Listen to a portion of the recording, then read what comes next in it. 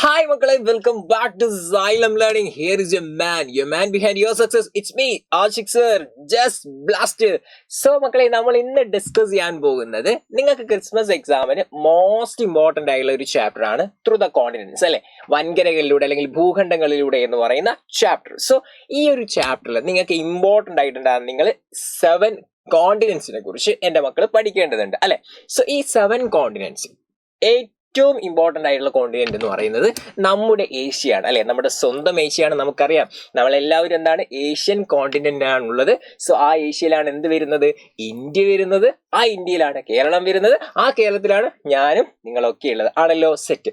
So ആ ഏഷ്യയെ കുറിച്ചുള്ള ഒരു ക്വസ്റ്റ്യൻ എന്താണ് നിങ്ങൾക്ക് ഇമ്പോർട്ടൻ്റ് ആയിട്ട് ഈ ഒരു പാർട്ടിൽ നിന്ന് വരും. സോ അതിനെ കുറിച്ചാണ് സാറേ ഇന്ന് നിങ്ങൾക്ക് പറഞ്ഞു തരാൻ പോകുന്നത്. ഇമ്പോർട്ടൻ്റ് ആയിട്ടുള്ള ഈ പോയിന്റ്സ് പഠിച്ചു വെച്ചാൽ മതി. ഏഷ്യയെ കുറിച്ചുള്ള ഏത് ക്വസ്റ്റ്യൻ വന്നാലും എൻ്റെ മക്കൾക്ക് സിമ്പിൾ ആയിട്ട് ഡീൽ ചെയ്യാൻ പറ്റും. ഓക്കെ ആണല്ലോ. സെറ്റ്. സോ ഇതാണ് ക്വസ്റ്റ്യൻ. എന്താണ് ക്വസ്റ്റ്യൻ?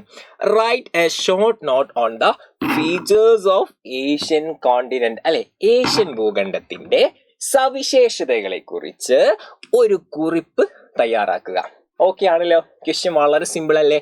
വളരെ സിമ്പിൾ ആണ്. സോ അതിന്റെ പോയിന്റ്സും സാർ എന്ത് ചെയ്യുക, ഏറ്റവും സിമ്പിൾ ആയിട്ട് പറഞ്ഞുതരാം. എന്റെ മക്കൾ എന്ത് ചെയ്യുക, അടിപൊളിയായിട്ട് പഠിക്കുക. സോ ദെൻ എന്ത് ചെയ്യുക, ഈ വീഡിയോ ലൈക്ക് ചെയ്യാനും മറക്കരുത്. ഓക്കെ. സോ ഇമ്പോർട്ടൻ്റ് ആയിട്ടുള്ള 5 പോയിന്റ്സ് സാറ് കൊടുത്തിട്ടുണ്ട് ഏഷ്യയെ കുറിച്ച്. എൻ്റെ മക്കൾ എന്ത് ചെയ്യുക, ഈ 5 പോയിന്റ്സ് സിമ്പിളായി അടിപൊളിയായിട്ട് പഠിച്ചു വെക്കാം. സോ ഫസ്റ്റ് പോയിന്റ് എന്ന് പറയുന്നത്, ഏഷ്യ എന്താണ് മക്കളെ? ഇസ് ദ ലാർജസ്റ്റ് കോണ്ടിനെന്റ് ആണ്. ഏഷ്യ എന്താണ്? നമ്മുടെ ലോകത്തെ ഏറ്റവും വലിയ ഭൂഖണ്ഡമാണ്. എന്താണ്? ഏറ്റവും വലിയ ഭൂഖണ്ഡമാണ്. ഓക്കെ, ഏറ്റവും വലിയ ഭൂഖണ്ഡമാണ്. ഓക്കെ ആണല്ലോ. സിമ്പിൾ ആയിട്ട് നമുക്ക് ഓർത്തു വെക്കാം. സോ സെക്കൻഡ് എന്താണ് മക്കളെ? നമ്മുടെ ഏഷ്യ ബേസിക്കലി നമ്മുടെ ഭൂമിയുടെ കരവിസ്തൃതി, അതായത് ഭൂമിയുടെ വേൾഡിലെ എർത്തിന്റെ ലാൻഡ് ഏരിയയുടെ 1/3 1/3 എന്താണ് മക്കളെ? നമ്മുടെ ഈ ഏഷ്യയാണ്. എന്ന് വെച്ചാൽ ഏഷ്യ അത്രയും ഇങ്ങനെ പടർന്ന് പന്തലിച്ച് ഇരിക്കുകയാണ്. ഓക്കെ. സോ ഈ 2 പോയിന്റ്സ് എൻ്റെ മക്കൾക്ക് ക്ലിയർ ആയല്ലോ. So and the third point എന്ന് പറയുന്നത്, നമുക്കറിയാം ഏഷ്യയിലും മറ്റെല്ലാ വൻകരകളിലും എന്താണ്, ഒരുപാട് മൗണ്ടെയിൻസും പിന്നെ അതേപോലെ തന്നെ ഒരുപാട് തരത്തിലുള്ള ലാൻഡ് ഫോംസ്, പ്ലേറ്റ്യൂസ് ഉണ്ട്, പ്ലെയിൻസ് ഉണ്ട്, ഇതൊക്കെ ഉണ്ടല്ലോ.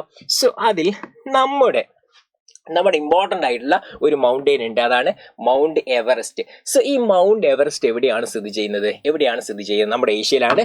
ഈ മൗണ്ട് എവറസ്റ്റിനെ കുറിച്ച് എൻ്റെ മക്കൾക്ക് ഒരു MCQ ക്വസ്റ്റ്യൻ കിട്ടും. എന്താണ്?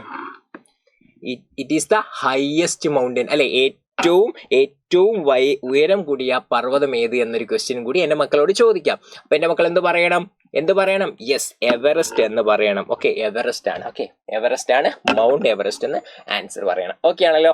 യെസ്. സോ ഇനി ഫോർത്ത് പോയിന്റ് വളരെ സിമ്പിൾ ആണ്. സാറ് പറഞ്ഞ എന്താണ്, നമ്മുടെ ഏഷ്യയിൽ മൗണ്ടെയിൻസ് ഉണ്ട്, അതേപോലെ റിവേഴ്സും ഒരുപാട് ലാൻഡ് ഫോംസ് ഉണ്ട്. അതിൽ റിവേഴ്സിൽ യാങ്സയും ഗംഗയും എന്താണ്, നമ്മുടെ ഏഷ്യയിലാണ് ഫ്ലോ ചെയ്യുന്നത്. ഓക്കെ, ഏഷ്യയിലൂടെയാണ് എന്ത് ചെയ്യുന്നത്, നമ്മുടെ യാങ്സയും അതേപോലെ ഗംഗയും ഫ്ലോ ചെയ്യുന്നത്. ഓക്കെ, ഏഷ്യയിലൂടെയാണ് ഏതൊക്കെ ഫ്ലോ ചെയ്യുന്നത്? യാങ്സയും ഗംഗയും ഫ്ലോ ചെയ്യുന്നത് എൻ്റെ മക്കളെ അടിപൊളിയായിട്ട് അറിഞ്ഞിരിക്കുക. ആൻഡ് ലാസ്റ്റ് പോയിന്റ് എന്താണ്? സിമ്പിൾ ആണ് മക്കളെ. നമുക്കറിയാം നമ്മുടെ വേൾഡിലെ തന്നെ വളരെ ഇമ്പോർട്ടൻ്റ് ആയിട്ടുള്ള ഒരു ലാർജസ്റ്റ് ഡെസേർട്ട് ഉണ്ട്, ദാറ്റ് ഈസ് ഗോബി. ഈ ഗോബി ഡെസേർട്ട് എവിടെയാണ്? നമ്മുടെ ഏഷ്യയിലാണ്. ഓക്കെ, അപ്പൊ ഗോബി ഡിസേർട്ട് എവിടെ അല്ലെ? ഗോബി എന്നുള്ള പേര് കേൾക്കുന്ന സമയത്ത് എൻ്റെ മക്കൾക്ക് പെട്ടെന്ന് ഒരു നമ്മളെ നാട്ടിലെ പേരൊക്കെ പോലെ ഓർക്കാൻ പറ്റുന്നില്ലേ? അപ്പൊ നമ്മുടെ സ്വന്തം ഏഷ്യ കോണ്ടിനെന്റിലാണ് അത് നിങ്ങൾ എന്ത് ചെയ്യുക, കണക്ട് ചെയ്ത് വെക്കുക. അപ്പൊ ഗോബി ഡിസേർട്ട് എവിടെയാണ്? നമ്മുടെ സ്വന്തം ഏഷ്യയിലാണെന്ന് കൂടി ഓർത്ത് വെക്കുക. അപ്പൊ ഈ 5 പോയിന്റ്സ് എൻ്റെ മക്കൾക്ക് സിമ്പിൾ ആയിട്ട് മനസ്സിലായല്ലോ. സോ സാർ ഈ പോയിന്റ് തന്നെ പറഞ്ഞെന്താണെന്നറിയോ, നിങ്ങൾക്ക് ഇതിനെക്കുറിച്ച് ഒരു 2 മാർക്കിനോ 3 മാർക്കിനോ 4 മാർക്കിന് ഏത് ക്വസ്റ്റ്യൻ വന്നു കഴിഞ്ഞാലും നിങ്ങൾക്ക് എന്താണ്, ഇത് നിങ്ങൾക്ക് എഴുതാൻ പറ്റും, സിമ്പിളായിട്ട് എഴുതാം. ദെൻ ഇമ്പോർട്ടൻ്റ് ആയിട്ടുള്ള കാര്യം എന്താണ്, ഒരു MCQ ആയിട്ട് ക്വസ്റ്റ്യൻ ചോദിച്ചു കഴിഞ്ഞാലോ അപ്പോഴും നിങ്ങൾക്ക് എഴുതാൻ പറ്റും. ഓക്കെ ആണല്ലോ. ഈ പോയിന്റ്സ് ഒക്കെ നിങ്ങൾക്ക് അവിടെ എഴുതാം. സോ ഇതാണ് ഇമ്പോർട്ടൻ്റ് ആയിട്ട് നിങ്ങൾ ഈ ഒരു ചാപ്റ്ററിൽ പഠിച്ചിരിക്കേണ്ട ഇമ്പോർട്ടൻ്റ് ആയിട്ടുള്ള കോർഡിനേറ്റ് ഫീച്ചർ എന്ന് പറയുന്നത്. സോ എൻ്റെ എല്ലാ മക്കൾക്കും അടിപൊളിയായിട്ട് മനസ്സിലായെന്ന് സാർ അറിയാം. സോ നിങ്ങൾ എന്ത് ചെയ്യുക, വീഡിയോ ലൈക്ക് ചെയ്യാനും മറക്കരുത്. So thank you so much. Thank you.